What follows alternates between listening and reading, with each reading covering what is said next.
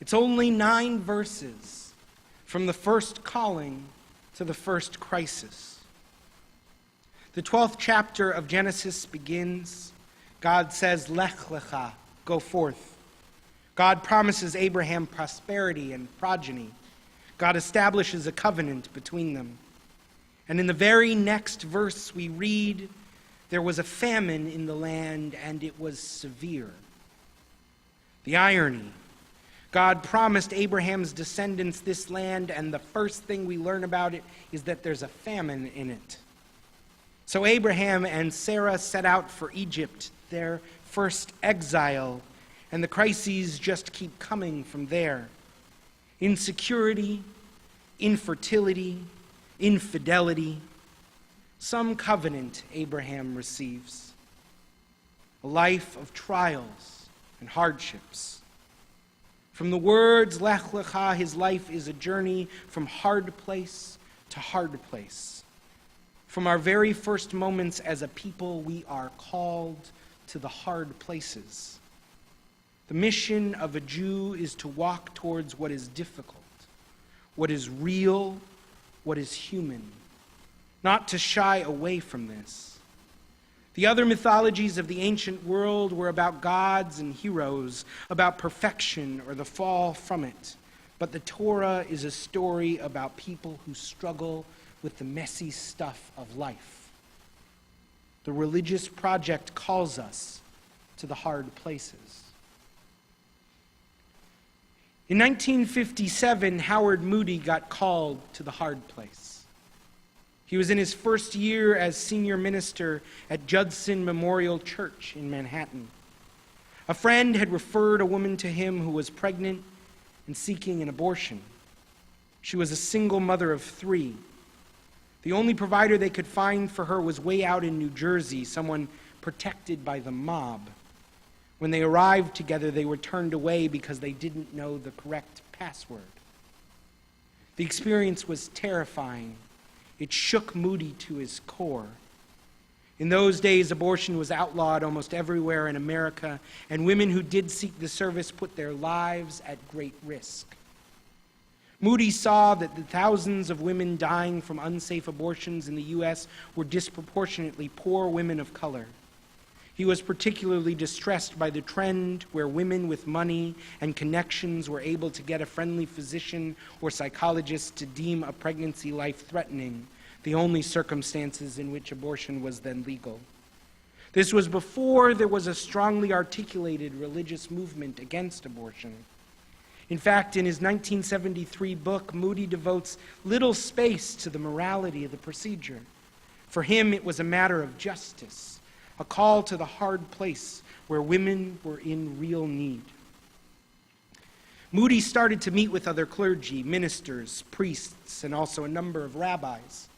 In 1967, they took out an ad in the New York Times announcing the clergy consultation service.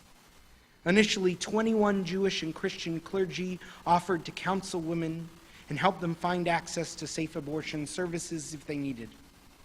Within 6 years, their numbers had grown to a network of over 1,400 clergy people, an underground railroad all over the country to help women who needed illegal abortions find them. By the time Roe v. Wade was handed down, it's estimated that the clergy consultation service had helped as many as 500,000 women. I am in awe of these brave clergy people. These men and women defied the law to do what they knew was right. After college, before rabbinical school, I worked for the Religious Coalition for Reproductive Choice, an advocacy organization that had grown directly out of the clergy consultation service. I was so deeply proud and inspired by this lineage. In that work, I would speak often about hard truths, including the stories of the men and women of the CCS. Sometimes people found the discussions shocking or taboo. Sometimes people wanted me to stop telling these stories because it made them uncomfortable. But I tried to emulate these brave men and women and to hear the call to the hard places. In the last few years, I found myself telling these stories less and less. I was recently in a meeting where an organizer noted that Jewish organizations have not been showing up as much as they had historically in the work of reproductive rights. It made me worry that it wasn't just me who was avoiding telling these stories. Maybe it was lots of us. Even though Jews had traditionally been leaders in this movement, apparently we're not at the table anymore. Maybe we were taking the issue for granted, since 83% of Jews think that abortion should be legal in at least some cases. Maybe we had been prioritizing other issues. But in the meantime, we let other people of faith hijack the narrative and claim that there is only one religious understanding of abortion. I've noticed lately that on so many issues, we talk a lot about what we believe, but we don't talk very much about why we believe. We don't talk about where our passions are rooted in our own stories. And when we fail to do this, our passions come out as sound bites, and we continue to talk past each other. So with that in mind, tonight, I want to share with you why I identify as pro-choice. Before I do, let me offer a few caveats. First, this is not an attempt to tell you what you should believe. I want to share with you why this is important to me, why I care. Some of you may agree with me, others of you may not. Some of you may have deeply held beliefs about the morality or the immorality of abortion. I hope we will have opportunities in the coming weeks for you to share with me why you care. I am not trying to convince you of anything.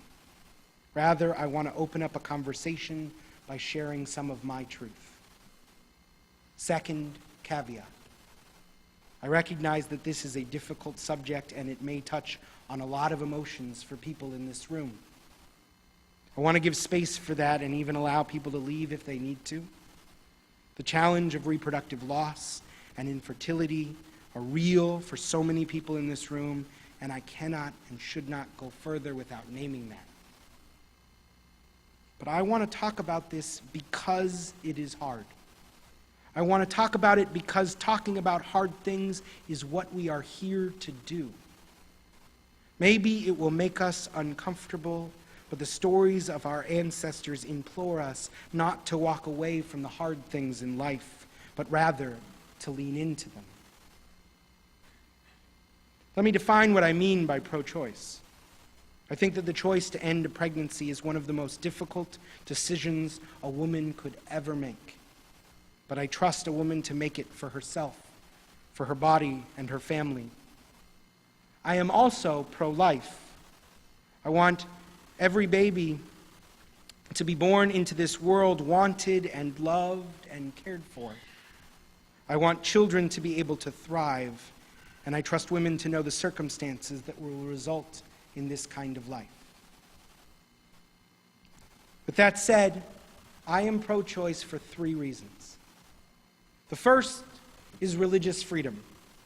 My understanding of Jewish law is that there are certain circumstances under which a woman would be permitted, perhaps even encouraged, to seek an abortion. Jewish law is unequivocal that if a woman's life is in danger, her life takes precedence over the fetus up until the moment of birth. What concerns me about American laws that limit access to abortion services is that they limit a Jewish woman like my wife's ability to practice her religious obligations. The debate about when life begins is theological. It is not legal or scientific.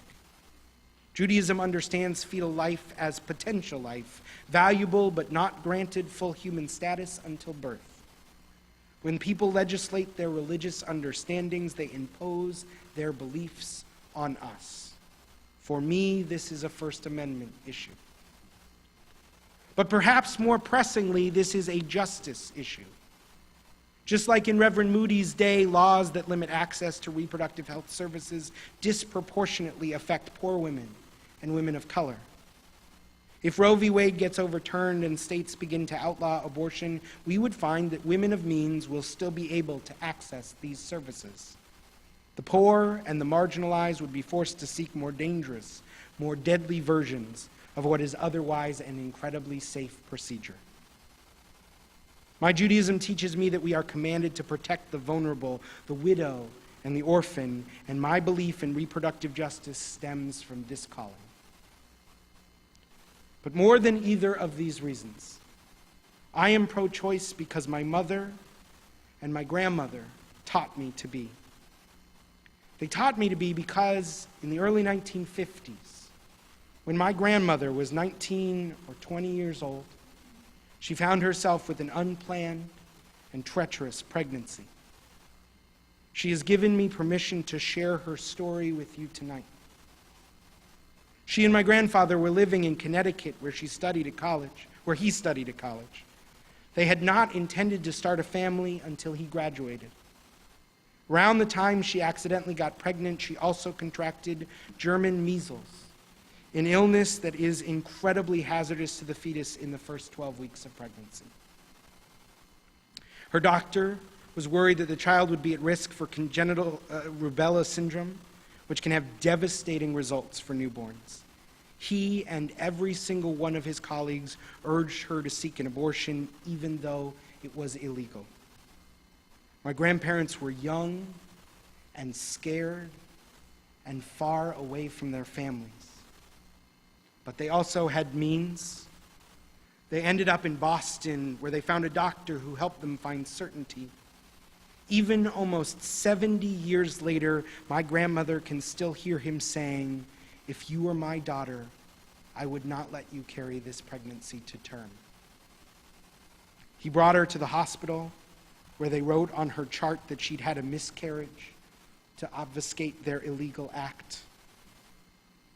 My grandmother remembers being terrified of the procedure, of the illegality, of the thought that she might never be able to have children afterwards. But she went through with the procedure. She says, looking back, that while there was immense fear and sadness, she never once regretted her decision. She did what was right for her. She consulted her doctor, her husband, her God, and she made a responsible choice, even though it meant breaking the law. I am pro-choice because women like my grandmother deserve to make that choice with dignity. Nearly 1 in 4 women in the United States will have an abortion by the age of 45. Nearly 1 in 4. For many, it is difficult and painful to make this decision. I want to share these stories with you tonight because I want you to know why I am so fired up these days, why the stakes of the national conversation feel so personal and so terrifying. And I also share this because I want this to be something we can talk about. I want us to remove the taboo from something that 1/4 of women will experience in their lifetimes.